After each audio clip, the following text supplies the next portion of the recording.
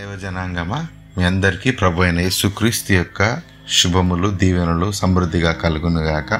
ప్రతిరోజు పరిశుద్ధమైన దేవుని యొక్క జ్ఞానము అనే శీర్షికకు మిమ్మల్ని అందరినీ ఆహ్వానం పలుకుతున్నాం.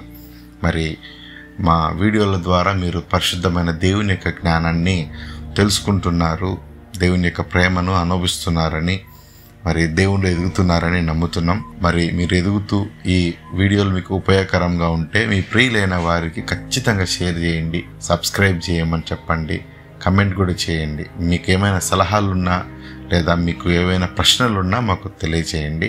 తప్పకుండా దేవుని యొక్క లేఖనాల్లో నుంచి మీకు సమాధానం దొరుకుతుంది. మరి ఈరోజు దేవుని యొక్క వాక్యంలో మరి అతి శ్రేష్టమైన భాగంలోనికి వెళ్దాం.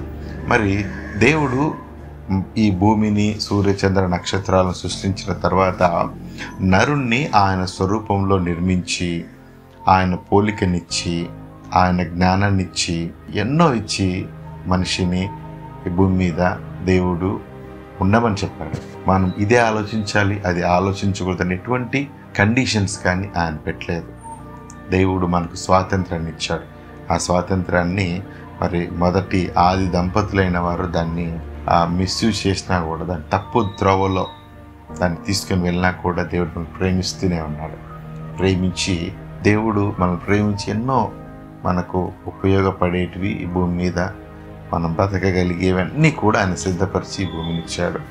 దానిలో ఒకదాని గురించి మాట్లాడదాం ఈరోజు మానవుడే కావచ్చు, తర్వాత జంతువులు, అవసరమైన గాలిని దేవాది దేవుడు ఆయన చేశాడు. దాన్ని అది కొలస్సీలు రాసిన పత్రికలో దేవుడు ఇలా మాట్లాడుతున్నాడు. కొలస్సీలు రాసిన పత్రిక 1వ అధ్యాయము 15వ వచనం 16వ వచనం చదువుతాను. ఆయన అదృశ్య దేవునికి స్వరూపి అయి సర్వ సృష్టికి ఆది సంభూతుడై ఉన్నాడు.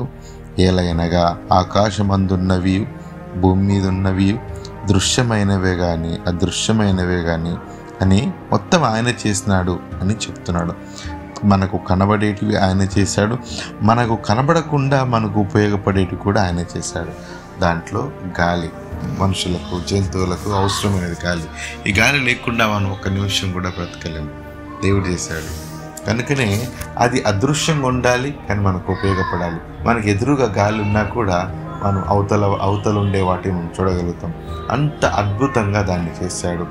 గాలి ఇంత అవసరం మనిషికని ఆయన నిర్ణయించాడు. గాలి ఇలా ఉపయోగపడాలని ఆయన నిర్ణయించాడు. ఆ దేవుడు మనిషిని ఎంతగా ప్రేమిస్తున్నాడు. ఏ గ్రంథంలో కూడా ఇటువంటి విలువైన సమాచారం లేదు. గాలిని ఆయన చేశాడు, భూమిని చేశాడు, సూర్య చంద్ర నక్షత్రాలు నీకు ఉపయోగపడే విధంగా దేవుడు చేశాడు.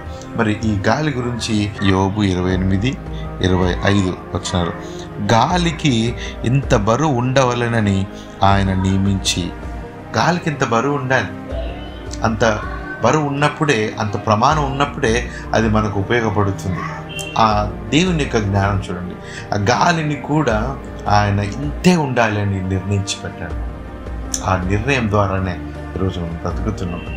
దేవుడు గాలిని సృష్టించినప్పుడు, గాలిని నిర్మించినప్పుడు, కనబడని పదార్థముగా దానిని నిర్ణయించినప్పుడు, నియమించినప్పుడు, చేసినప్పుడు నన్ను నమ్ముతారా, నన్ను ద్వేషిస్తారా, ఈ మతమా ఆ మతం అని మనుషులు ఇలాంటి పేచీలు పెట్టుకుంటారా అనే వేటి గురించి ఆలోచించకుండా సమస్త మానవ కోటికి, భూమి మీద బ్రతుకుతున్న ప్రతి జంతువుకి, ప్రతి మనిషికి కూడా అవసరం ఇది అని గాలిని నిర్ణయించి దాన్ని కనబడని పదార్థముగా మనుషులందరికీ, సమస్త ప్రాణ కోటికి ఉపయోగపడే విధంగా దేవుడు చేశాడు.